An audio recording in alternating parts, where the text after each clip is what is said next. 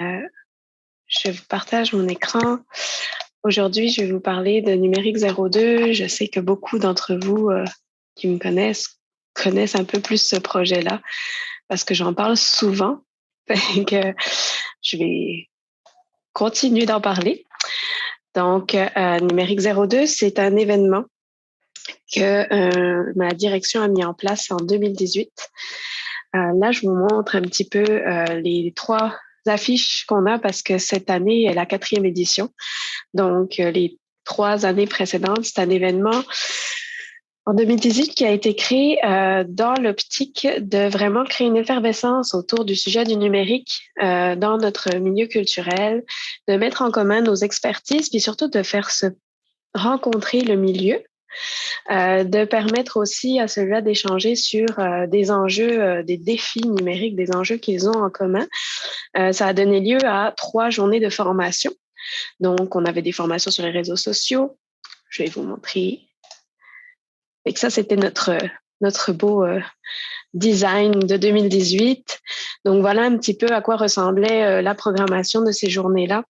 On a eu pas mal d'intervenants intéressants qui proviennent de notre milieu culturel, de notre milieu numérique, mais aussi de l'extérieur.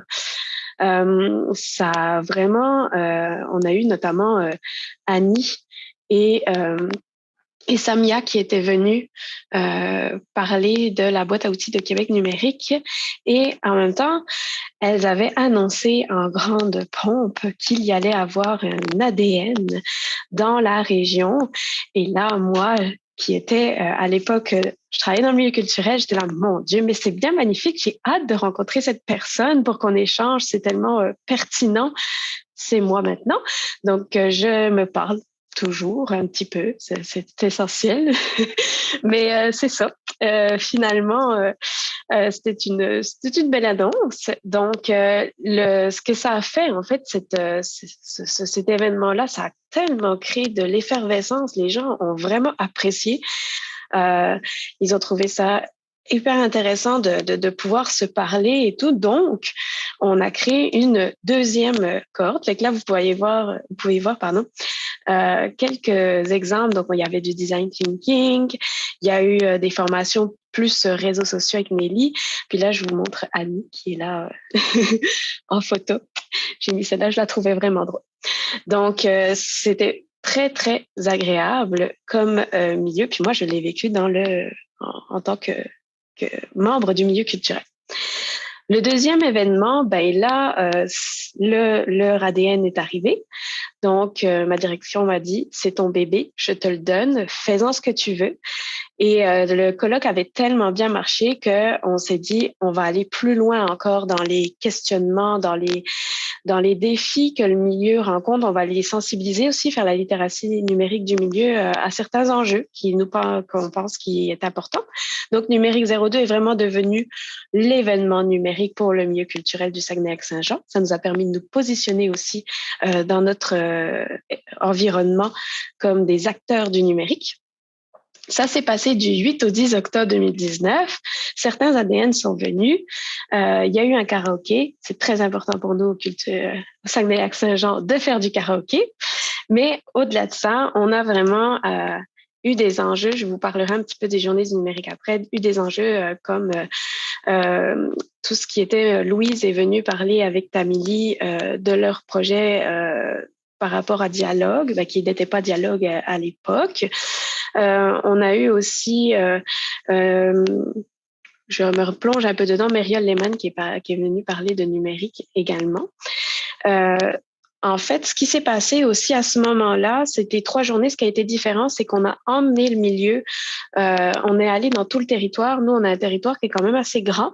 Fait qu'on les a emmenés en bus. Un peu partout. On s'est déplacé sur le territoire en 3 journées et on leur a fait vivre une expérience en autobus.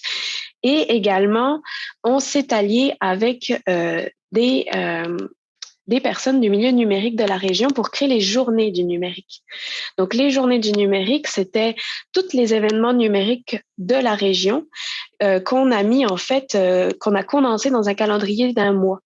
Donc, le milieu pouvait, enfin, les citoyens pouvaient venir à la rentrée du numérique qui était très qui était très à faire, pour après aller vers le hub qui organisait une journée. Et puis, on a terminé en fait ces journées du numérique par les 3 journées de numérique 02. Donc, on s'adressait tous à un public différent, mais ça a permis vraiment de créer un maillage puis de permettre au milieu culturel de rencontrer des gens du numérique ou d'autres milieux, de milieux intersectoriels. Fait que ça a été vraiment une réussite.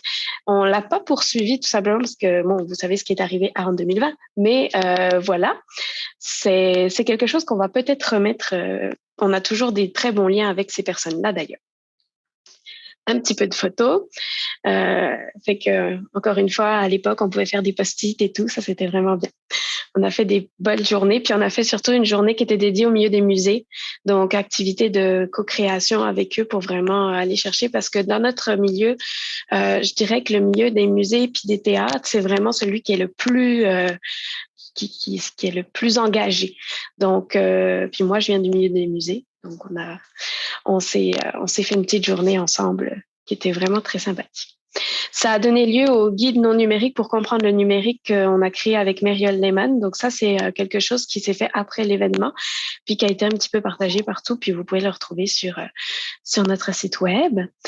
Et là vient l'année 2020. À la base, on voulait faire un événement un peu comme un muséo mix, mais spécialement dédié au milieu culturel pour les incuber, puis qu'on travaille pendant 2-3 jours ensemble des projets numériques, parce qu'on s'est rendu compte que une fois que ces 3 journées-là de colloque étaient terminées, c'était difficile pour eux de prendre les apprentissages qu'ils avaient eus puis de les intégrer dans leur milieu. Fait que là, on s'est dit, on va les accompagner dans les projets qu'ils ont.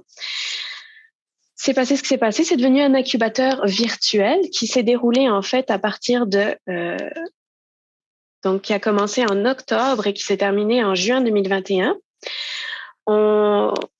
J'ai le lien, je sais, je vais vous le mettre après dans le chat pour que vous puissiez aller voir. Mais en gros, on a eu beaucoup de projets qui ont été déposés. On a demandé au milieu de voter pour ceux qu'ils trouvaient les plus intéressants. 2 ont été subventionnés et les autres, en fait, il y en a eu 13 à la base qui ont été accompagnés, puis 2 subventionnés là-dedans avec la bourse numérique 02, si on peut dire ça comme ça. Et puis, en fait, l'accompagnement s'est commencé vraiment en janvier, puis elle s'est terminée en juin. Et on leur offrait, c'était comme un incubateur virtuel, on leur faisait des rencontres d'équipe ensemble. Ils avaient une brigade de médiateurs numériques qui les accompagnait dans la transférabilité de leurs connaissances. Donc, il y a des fiches qui ont été faites et qui sont aujourd'hui sur le site de Numérique 02, qui traversent un petit peu toutes les étapes qu'ils ont menées pour développer ces projets-là. Ils ont eu de la formation qui était très spécifique à leur projet. Ils ont eu accès à tout ce dont ils avaient besoin, on leur fournissait.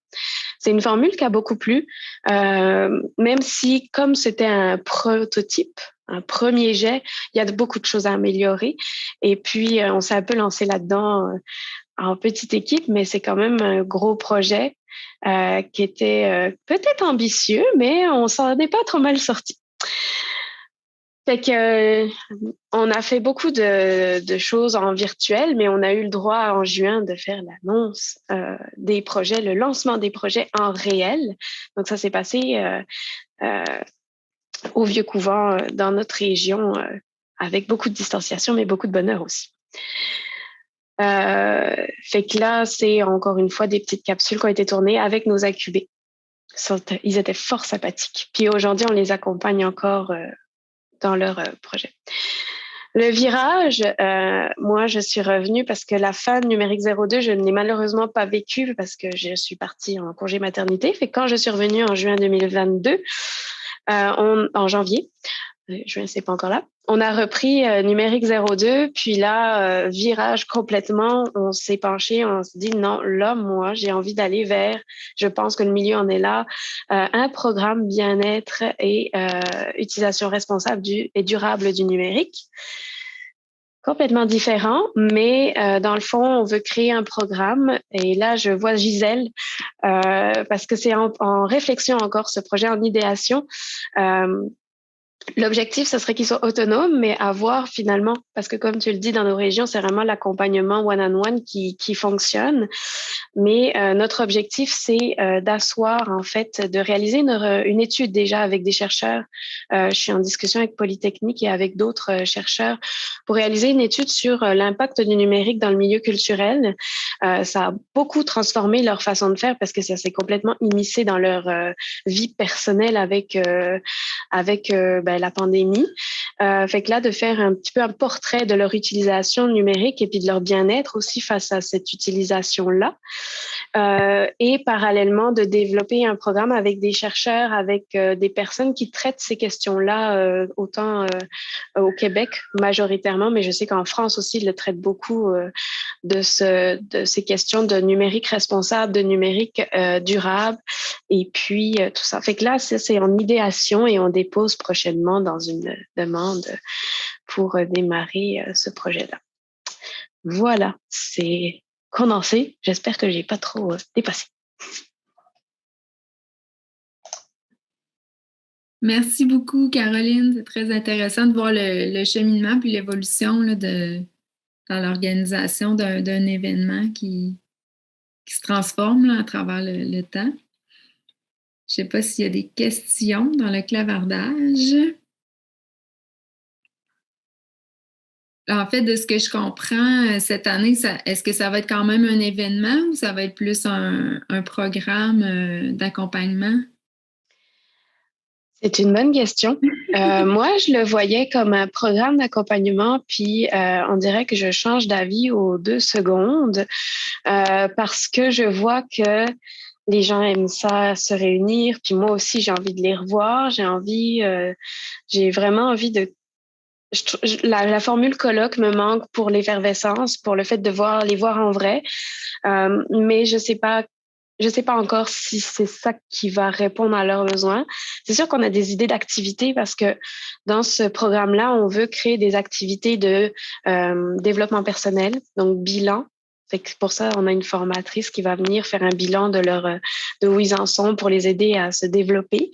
Personnellement, on veut faire des activités aussi de calculer l'émission carbone de leurs activités en ligne et puis aller planter des arbres ensemble. Enfin, on a vraiment beaucoup d'idées. Puis je me dis, pourquoi pas faire des mini-événements mêlés à un cheminement, à un parcours. Puis bien sûr, on veut que le milieu culturel participe à la création de ces mini bilan, activité, parce que dans le fond, c'est lui qui, en grande majorité, a supporté le citoyen durant ces 2 années par la création de concerts, par la création d'œuvres, de pièces de théâtre. C'est lui qui l'a diverti. Puis on trouve que c'est important de mettre l'emphase là-dessus que pour nous, le milieu culturel, il a un énorme poids dans les saines habitudes de vie, dans les saines habitudes numériques, etc. Donc, il y a plein de... Là, j'ai balancé peut-être plein de concepts différents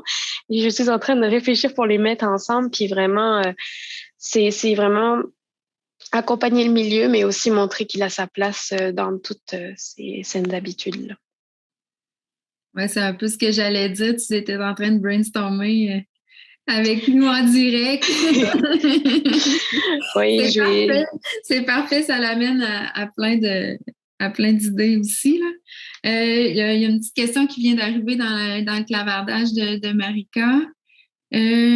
À quoi ressemblaient vos budgets pour réaliser les événements? Oui.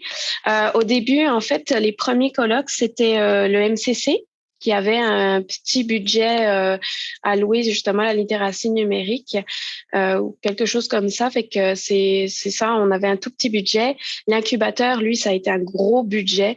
On est allé chercher de l'argent au MCC et ben, le même qu'avant. Et on a complété avec le fonds de littératie numérique de l'époque. On avait complété avec ça. Et puis, cette année, là, ce serait complètement d'aller au Conseil des arts du Canada. Puis le MCC aussi, s'ils veulent être partenaires, on va regarder un petit peu les appels de projet, mais il me semble qu'ils ne sont pas encore sortis ou c'est en discussion. Mais là, principalement, ce serait au Conseil des arts du Canada. Ils ont tellement des belles subventions.